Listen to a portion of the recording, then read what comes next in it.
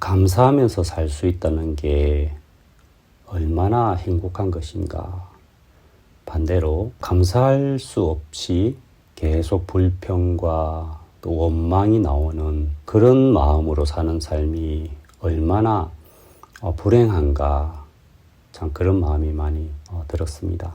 제가 구원을 받고 나서 별의별 마음을 다 가져봤거든요. 하나님이 그렇게 가르쳐 주신 것 같습니다. 제 마음이 가장 괴로울 때가 언제냐면요. 끝없이 마음에 불평스러운 마음이 일어나고 누가 판단이 되고 막 그러기 시작하면 마음의 평안도 없고 그렇게 마음이 건조해지고 또 황폐해지고 뭘 해도 기쁨이 없고 반대로 모든 게 감사한 거죠. 이것도 감사하고 저것도 감사하고 내 주위에 있는 분들 봐도 감사하고 제가 하루 동안 드는 감사도 여러 가지가 있는데 우리 아파트에 주차하기가 쉬운 것도 감사하고 또 비 올 때 비가 안 새는 것도 감사하고 또 날씨가 흐리면 또 흐린 대로 너무 날씨가 참 좋고 날씨가 맑으면 또 맑은 대로 너무 날씨가 좋고 마음에서 모든 게 감사하고 행복하고 참 그렇게 살면 진짜 행복하거든요. 절대 돈이 많다든지 내 원하는 게 이루어졌다든지 그런 어떤 외부의 환경, 형편적인 걸로 마음이 그래 되는 건 아니더라고요. 물론 없던 돈이 생기면 기쁘고 또 하는 일이 잘 되면 기쁘죠. 근데 그 마음의 감사와 기쁨은 밖의 요인보다도요, 그 내 마음의 상태에 따라서 감사와 불평으로 나눠지는 게 훨씬 영향력이 큰 것을 알 수가 있습니다. 사람이 교만해지면 그 정상이 있어요. 불평이 많아져요. 그리고 판단이 많이 돼요. 저도 정말요. 제 주위는 모든 사람들이 거의 판단되는 그런 경험도 해봤거든요.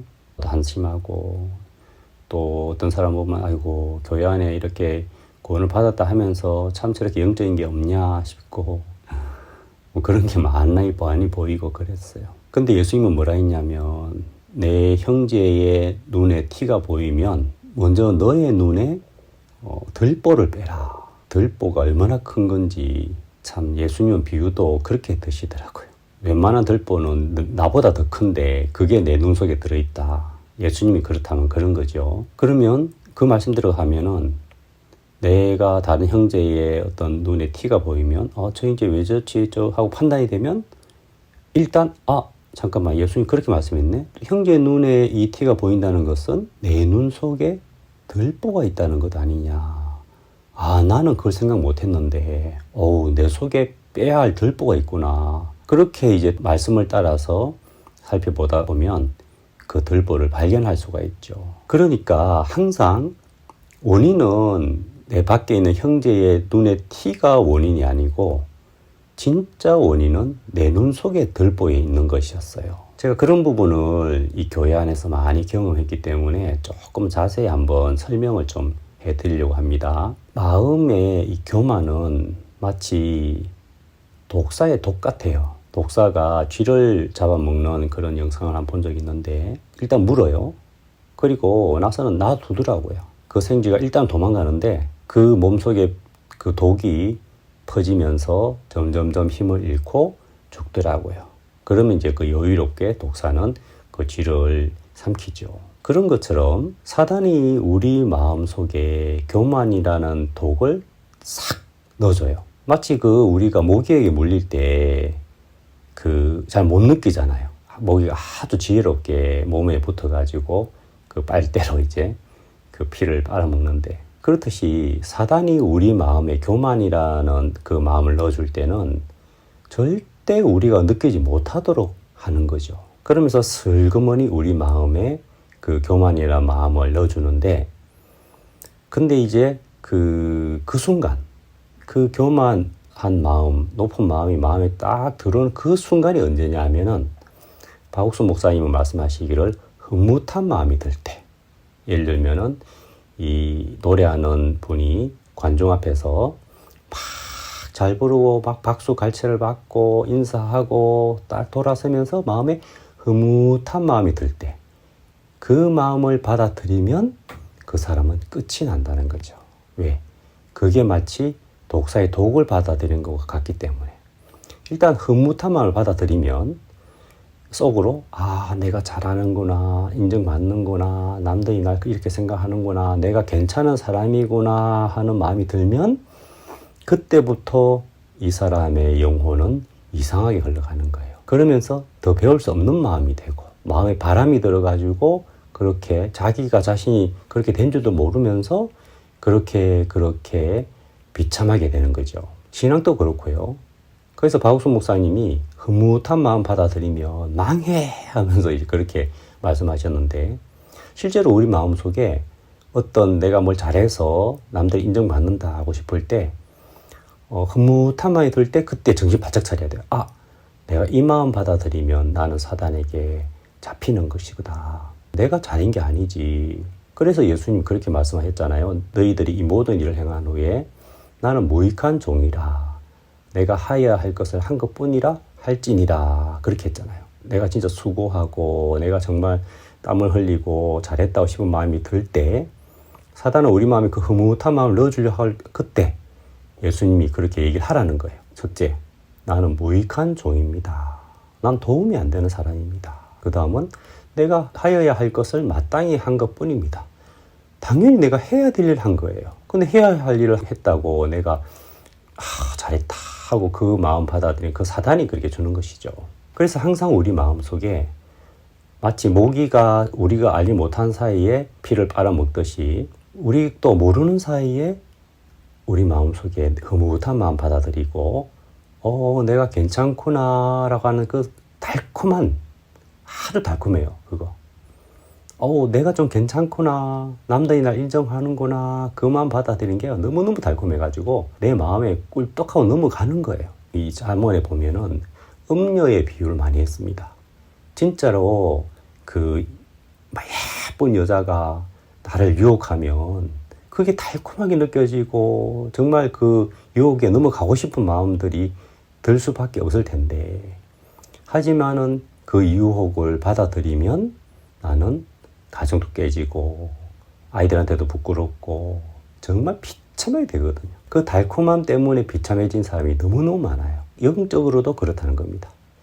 흐뭇한 마음, 너 정말 잘했구나 하는 마음, 그 마음을 마음에 그 달콤한 것을 받아들이면 그때부터 그 영혼은 비참하게 되는 거죠. 사단이 우리에게 주는 것은 너무너무 달콤하거든요. 하지만 그것을 받아들이면 속에선 쓰게 되듯이 이 성경은 지혜롭게 우리를 깨우쳐 주잖아요. 정말 나를 높이는 마음들, 나를 인정하는 마음들, 그 달콤한 소리를 받아들이면 일단 내 마음은 파멸로 달려갑니다. 진짜 지혜로운 그리스도인이라면 내 마음속에 이 달콤한 소리의 정체를 정확하게 알고요, 육신의 생각은 하나님과 원수가 된다.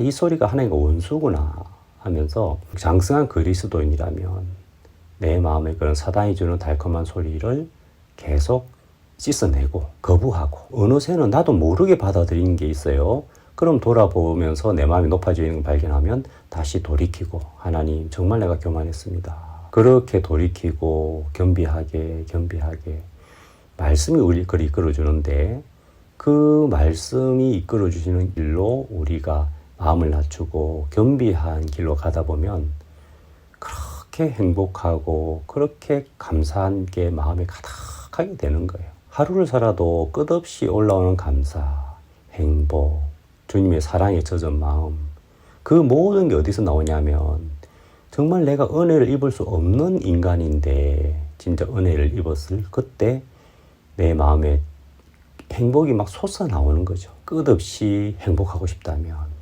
끝없이 감사해주고 싶다면 정말 행복해지는 길은 마음을 낮춰야 되는 거죠. 마음을 얼마만큼 낮추냐. 마음을 낮추면 낮출수록 우리는 더 행복해지기 때문에, 예레미야 애가에 보면 입을 티끌에 댈지어다 혹시 소망이 있을지로다. 제 말씀 참 좋아하거든요. 정말 내 마음이 높다고 느껴졌을 때 내가 어느 정도가 낮아지느냐.